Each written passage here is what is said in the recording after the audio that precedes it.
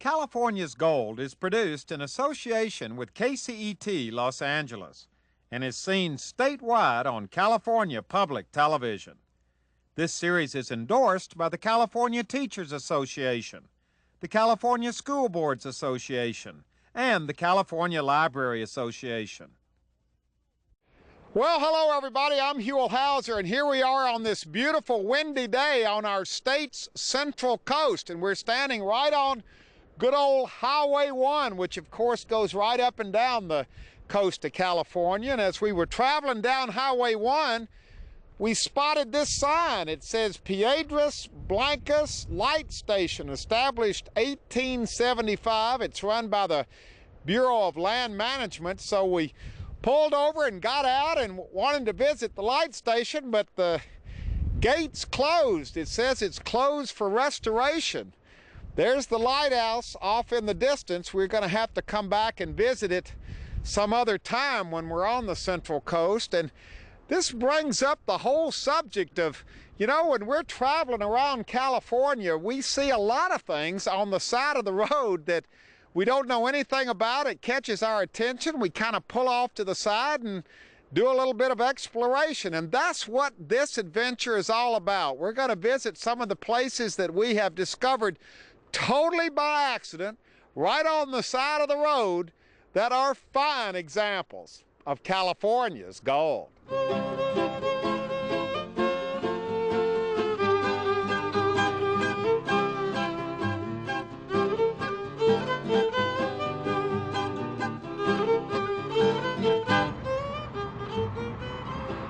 Okay, here we are right on the side of good old Highway 99, cutting right through the San Joaquin Valley, and we have taken the, which exit is this? Avenue 200. Avenue 200 exit, and we better introduce ourselves because I literally don't even really remember your name. It is? Mike Shanow. We just met. Yes, sir. Because we pulled off the Highway 200 exit, because for years I've been coming up and down Highway 99 and noticing, I think this one was here before this one, wasn't it? Yes, sir. This is a B-17 that is a World War II Veterans Memorial that was put here in the middle 70s. Right, I knew it had been here at least 20, 25 years. Originally, the airplane was parked up at the next exit up, which was the Page Avenue exit, and was at the Perry's the complex there, and then it was moved back up here after it had lost its lease down there. All right, so this is a memorial to the World War II veterans. Okay, and it's been here for a long time. And then this one, why is this here? This is a veterans memorial to the Vietnam veterans that was put here in the late 90s. It was an F-4 that was gotten out of military surplus from up at Susanville and was brought down here and established a Vietnam Veterans Memorial. And who is responsible for getting these two airplanes AMVETS Post 56 from Tulare. Okay, so it's a local veterans post. Yes, sir. Yes, sir. And right across the street, and this has been catching my eye for years driving down here, is this wonderful old, it looks like a vintage World War II airplane hangar, but I've never known the story on this. Yes, sir. This Mefford Field was originally an auxiliary to Rankin Field, which is about 5 miles to the east, and they did World War II cadet training here. There were barracks across the way over here, and one of the runways, you can still see the runway running kind of across here.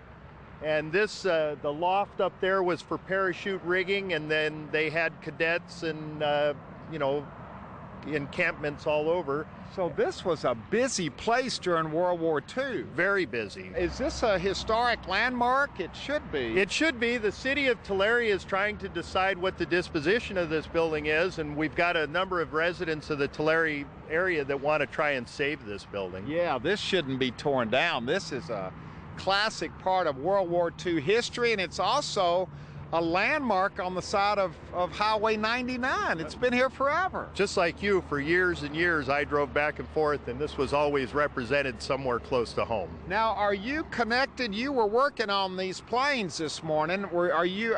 Do you own these planes? What's the story on these planes? Actually, this airplane belongs to the CAAA, the California Agricultural Aircraft Association, and this airplane is a 1928 Travel Air. It is the oldest known crop duster in existence. You are kidding me. No, sir. It's going to go in the museum over here, the Tulare Ag Museum, and it was recently purchased by the CAAA. It was used as actively as a crop duster up until just a few years ago by Processi Flying Service out of Lodi. And this is the oldest active crop duster in existence. In California or anywhere? Existence in the world. You're kidding. It's a 1928.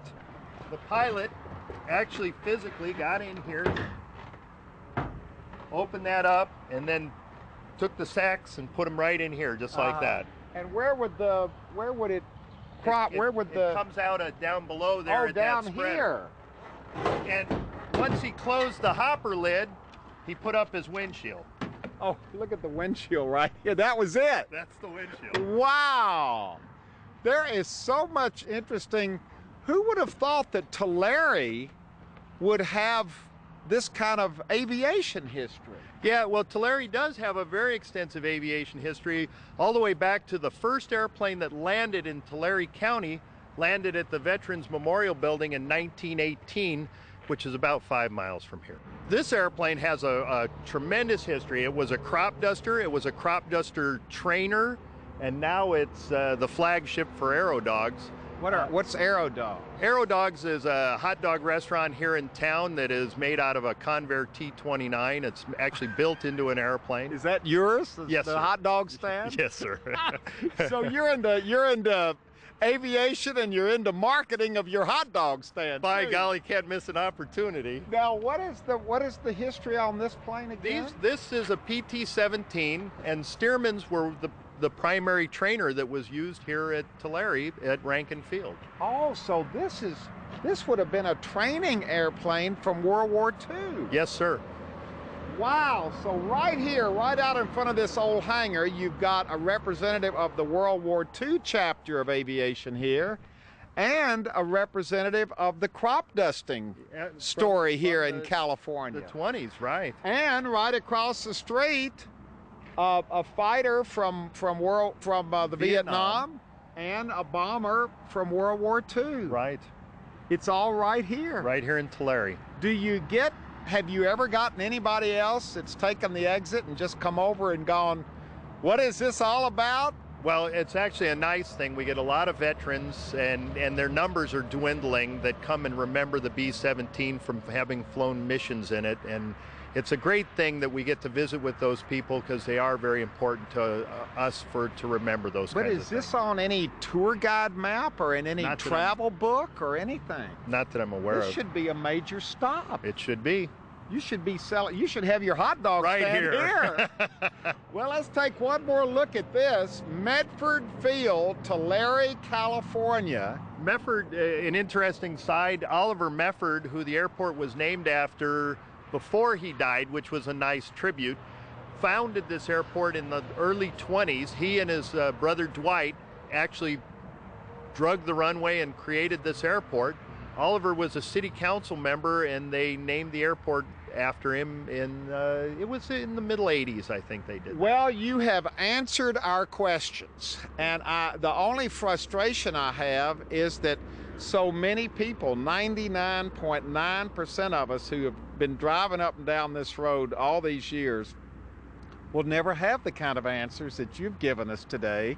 History is very tentative, isn't it? If yes, you don't, sir. I mean, most people just wouldn't know all of this. No, sir.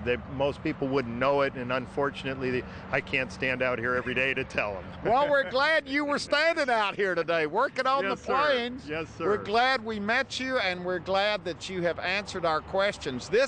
We've really hit the jackpot today. Who would have known all of this history was right here in Tulare on the side of Highway 99. Mike, thank you very much. This has been another one of those hidden gems, one of those historical wonders right on the side of the road. Our next stop along the side of the road is up here in gold country. We are in Tuolumne County. We were heading down Highway 49, which cuts right through the heart of gold country, and somehow or another around the little community of Columbia, we made a wrong turn and we got off Highway 49. I'm not sure what this road is called, but we pulled into this place called the 49er Ranch. Welcome RVs and clubs. Well, we're not in an RV and we don't belong to any clubs, but we met Bill. Introduce yourself there, buddy, Bill. Hey, Huell, Bill Meissner. And you own this place. And we've owned this since 1980, 25 years. Well, tell us a little bit about this, because this is full of history. We've stumbled on something here, haven't we? You sure have, Huell. This started out as a dairy farm in 1852. In 1852, a family came here from Kentucky to seek their fortune in the gold. When they got to Columbia, they found there was maybe 15,000 miners already searching for the gold. And they made what I think is a very good decision. They said, maybe we'll do better if we trade our skills and knowledge of dairy farming for the gold rather than going for the gold directly. So they made this into a dairy farm. This was a dairy farm. And is this the original barn? This is the second barn. This barn they built, all of our buildings were built in the 1800s. This was built to house their stable their horses, and they had a tack room for harnesses. They had a blacksmith shop here, because in those days you didn't have a corner hardware store or machine shop to get. Now what's this house over here at your office today? This building now serves as a store and office. This was the second ranch house. The first ranch house was just up the hill a little bit, and it fell apart and was replaced by this about 1920. Oh wow. And is that one of the old barns over here too? This barn was the original barn that housed their dairy cows. In those days, a half a dozen dairy cows was considered a good size herd. As we approach it, you'll see that the siding of that is original hand split cedar siding. Wow. If we go into the older part, you'll see hand hewn beams, mortise and tenon type construction. Now what is this little octagon thing out Well, this we built 25 years ago. Oh, it's brand new. It's brand new. This was our store and our office up until about 10 years ago. Wow, this really looks old. You got moss and grass growing on the roof. That we have. We've tried to retain the history and the ambiance of the old ranch, but yet in the same time provide modern conveniences for our RVing guests. Now this is really old-timey out here. When you come here with your RV, look over here. You're literally, I mean, you really get into the spirit of the gold country when you're here, don't you? Well, we do. You can see a gentleman up by the water wheel there panning for gold right now. Yeah, I mean, he's really panning for gold. He's panning for gold. Can we walk up there? We sure can. All right, this is the real thing. We've hooked up with, your name is? Michael. Now, what are you doing over here, Michael? Are you really panning for gold? Yes, I am. Well, show us how this works. What are you doing? Are you finding any? Yeah, I'm finding quite a bit. Where does this water come from? What's happening here? Well, this is a water wheel that I built some years ago for no better reason than I just wanted to see if I could build a water wheel. We have a pond here, and then we have a recirculating pump that powers the water wheel. Well, where is this material coming from that he's finding gold in? This material is ore that is coming from the now called the Lost Dutchman Mining Association gold camp at the bar of Italian Bar Road. Michael is panning for gold, and right down here below Michael, sitting in front of their RV, is his wife, and you've got the gold. You betcha. You're holding on to it. You betcha. Now, what are we looking at down here? We're looking at about, anywhere between $25, $30 worth of gold. Really? Yes, sir. Now, what will you do with this gold? You've put it in the little vial. Yep, here. he put it in a little vial, and that's his first keepsake. It's like you saved your first dollar. He's going to save his first gold too. All right, now come over here. Let's look at this thing. Do you live here? Yes, sir. Very pleased to say that we live here. How long have you lived here? What is it, about a month now, Bill? Coming on a month. Bill and Pat allowed us to come and stay with them, and we came here last year. We were camping, and we found out we're not tent people, we're RV people. So we came up back this year, and we stayed. Well, now wait a minute. Do they just stay forever, or do they are they here permanently, or are they going to move on? We were temporary permanently because we're looking for property for our own gold panning sake and for our own residency. Wow, but what a wonderful place under these trees. Right. We're originally from Southern California, down around happiest place in the world, Anaheim, and we just love it up here. This is God's country, and obviously this is where He wants us to be. This is where we're going to be. This is a fantastic place for anybody to come. And Bill and Pat, they make everybody feel so warm and welcome. A log cabin. Yes, Huell. I've always wondered what it was like to try to make a log cabin, so about 20 years ago, I tried it. You built this log cabin. That I did, and after I built it, I says, that was nice. I don't think I'll try it again. So it just sits up there. Well, it sits up there now. It's a chicken coop. We have our own fresh ranch eggs for our guests. Wow. You know, this really is like, and here's the RV cat down there. What's the story on the cat? Well, that's Inky. He's my wife's cat. Uh-huh. We had a little Skipper Key dog for 17 years that died of old age. It was black, and so we now have a black cat. You know, this whole thing is like stepping back in time. Do you know what you've got here? I do, and Lord, you're good. How did you get into all of this? Well, that was a lot of things in my life were unplanned. I had moved up here after surviving 2 years of cancer therapy at Stanford Hospital. I had advanced Hodgkin's. In the spring of '79, I was given a clear sign. They said they no longer can detect the cancer. In August of '79, I moved my wife and my two boys. I have two girls that were already out of their home. And we moved up here. I had no intention of buying anything like this, but due to unusual circumstances, I became the happy owner 25 years ago. Didn't know anything about it before you got into it? Absolutely nothing. You weren't an RVer? Was not an RVer. You weren't a camper? I was an avid backpacker, and at that time I thought RVs were for wimps. I now own a motorhome. And an RV park. And an RV park.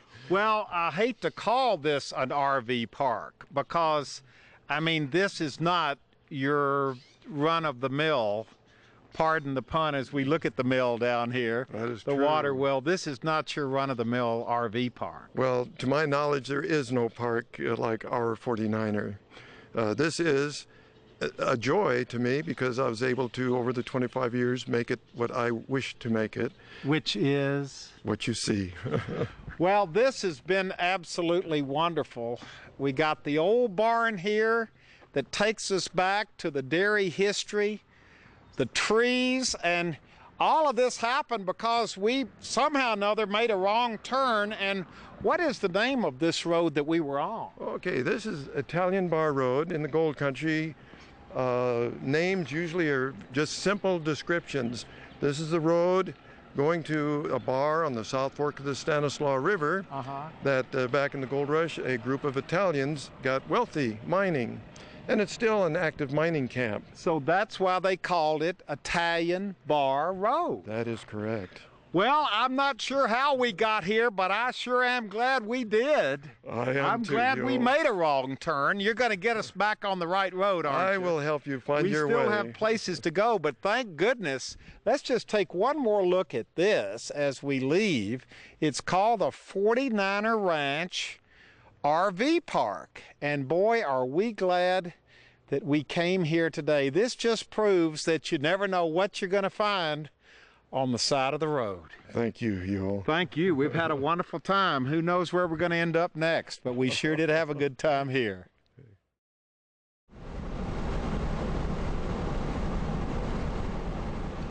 Well, this is exciting. We have pulled off to the side of Highway 101. We're on the northern coast of California between the little towns of Trinidad and Oric, and we ran into these fellas. Introduce yourself to everybody. Wayne McBroom. Nice to meet you, sir. Mick Brindle. Nice to meet you. And you've got a store back here called the Redwood Trails General Store. We do. In conjunction with these beautiful Roosevelt elk, we have a store that's open with gift shop, burl, and things from the area. And these beautiful elk and the fantastic redwood trees up here keep on growing. All right, that's what we want to talk about. You kind of gave it away. There they are. There they are. That's what brought us here. This is an amazing thing. Now, you're the first guy I met, and I asked you about these things, and what did you tell me? Well, I got to get early in the morning to clean up after them. Yeah, part of the time. You don't like cleaning up after the elk, and when I met you, what was the first thing you told me about who runs who around here? Yeah, they're the resident owners. Yeah. They live here and do what they want, and they're free. They've been here for thousands of years, as near as, I mean, not these elk, but they're going to have their calves in about 2 months. Now, is this an elk preserve? This isn't a natural preserve right here. This is a commercial area out here. This actually is a conservancy area. Oh, it is? So it is, yes. It's preserved from that big spruce up on the corner of the property behind that little burl rig over there, and around this one Monterey pine out to the front. It is a preserve up all the way up through the valley. Well, how did the elk find this place to, I mean, because we passed them going up this morning, and they're still here coming back this afternoon. They've been here for a couple of days now. So they just come in and stay as long as they want, do whatever they want. Well, we pay them really well to do that. Yeah, I but wished I did. because it attracts a crowd. These ladies, did you all spot the elk? Yeah, so we turned around and came back to look at him. Now, where are you all from? I'm from Glendale. And you are? I'm from Arizona. Well, you've never seen elk in Glendale, have you? No way. And what do you think about seeing them out here in the wild like this? It's marvelous. I love Very the majestic. wildlife. I just love it. Now, how close could we get to them? This lady's from Glendale. She might want a close-up picture made posing with one. How close up could we get? I've seen a guy with a camera that's fallen asleep, and they're all standing over him, but you don't want to get that close. Well, let's walk. Come on, let's walk in just a little ways. We don't have to go in. Come on, let's all go in. Come on. We're not going to go in very far. Nope, they got these cow pies down here. About 100 feet. About 100 feet. Come on in with us, please, because we still got some questions to ask you. Watch out for the cow piles. Well, that might be. No, those are the elk droppings you're talking These are about. cows. Yeah, they're they're cow elk, and the males have lost their horns, so you can't tell the difference this time of year. Well, they're just going right out in there. Look at this. Ladies, don't go too far, because they shouldn't get much closer. Most of them are pregnant right now. They're going to drop their calves in about 2 weeks to 3 weeks, so you don't want to get too close. So this is the time when they get pretty antsy. Yeah, when they have their calves, they're even more antsy, and you know the bears are the same way. We've got a lot of bear in the back of the property. Bear? Oh yeah, we've got a little pond back there that we buy the Humboldt States trout, so we have a little more to show you if you want to see more. All right, let's walk out here just a minute, because you want to get your picture made. Here, let me have your camera and turn around, and I'll get a shot of you here. Yeah, we want to get a. Here, let me have it. Oh, okay. Yeah, turn around and let me get a shot with the elk. You see the one that's saying hi? Here we go. Here we go. 1, 2. Very good. Thank you. Now, Mother and daughter. mother and daughter. Yeah. And this is totally unexpected for you, just like it is for us to see these things. It really is. I think it's a novel idea. I think it's wonderful. It should draw a lot of people. I don't think they planned it that way. No. It just kind of happened. They just kind of came in here one day, didn't they? they're here all the time. They're nice though. What made you come out here? Did you see them? We off saw the them. road, too? We saw them off the road and just pulled over. So none of you have had blackberry pie yet. What do you? Blackberry pie? No. We make blackberry pie in See, the barn. he's We trying to bake it. sell the pie. Oh, you've got to come We're in and get the talking pie. about elk. Well, you watch the elk while you're eating the pie. So these elk have been very good to you over the years in bringing in customers, haven't they? Yes, they have. These are Roosevelt. These are the largest elk in the world. The largest elk in the world. Yes. Wow, well this is amazing. There goes your highway, Highway 101 right out there, and it is a traffic stopper, no question about it. We about swerved off the road when we saw these things out here. Well, great. I thank you for Because you're just not used to stopping. You're just not, this isn't something that you would think that you would see out in the middle of the field right on the side of a major highway. No, and you don't really see it too much anymore. There's not a lot of land that's owned by the private sector, and the elk seem to like it here where it's open, but they're, usually they're back in the woods, like you said. They're hiding. And they're not spooked by all the tourists who stop by here. To a point, but like I said, when they have their calves next month, then they get a little rowdy. They'll be more protective. There's just so much to talk about up here. And look, we got the California poppies going over here. We got happy employees up here who get to sell this pie to everybody all the time. If you don't want the pie, you can get buffalo and elk. Wait a minute, you don't.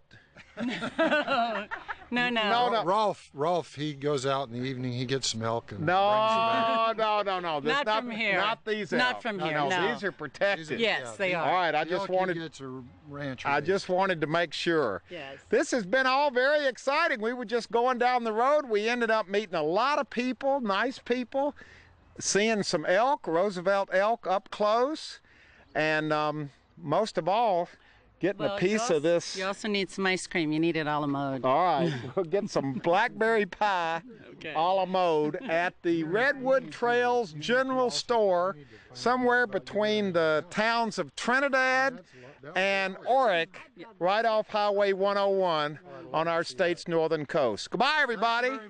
Thank you, goodbye. Boy, this has been a lot of fun. Now let's eat the pie. Okay, great. Oh, you're going to like the pie. So there you have it, old Mefford Field right off Highway 99 in Tulare.